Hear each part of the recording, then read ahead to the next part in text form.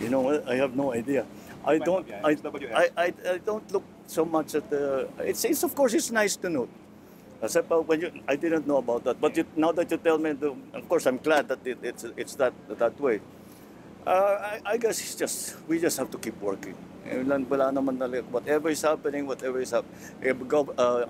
kahit na anong nangyayari, kahit may bagyo, kahit na may skandalo, kahit may gulo, ang taong bayan ay umaasa sa pamahalaan na tuloy ang serbisyo, tuloy ang trabaho ng pamahalaan, tuloy at every level, at the national level, at the local level, na tuloy-tuloy lang. Kami, mga public servant, kami ng mga hinalal ng taong bayan, ay dapat nakikita na hindi naglalaro na kung ano-ano ginagawa, namumulitika, whatever, basta nagtatrabaho lang para makapagserbisyo sa tao.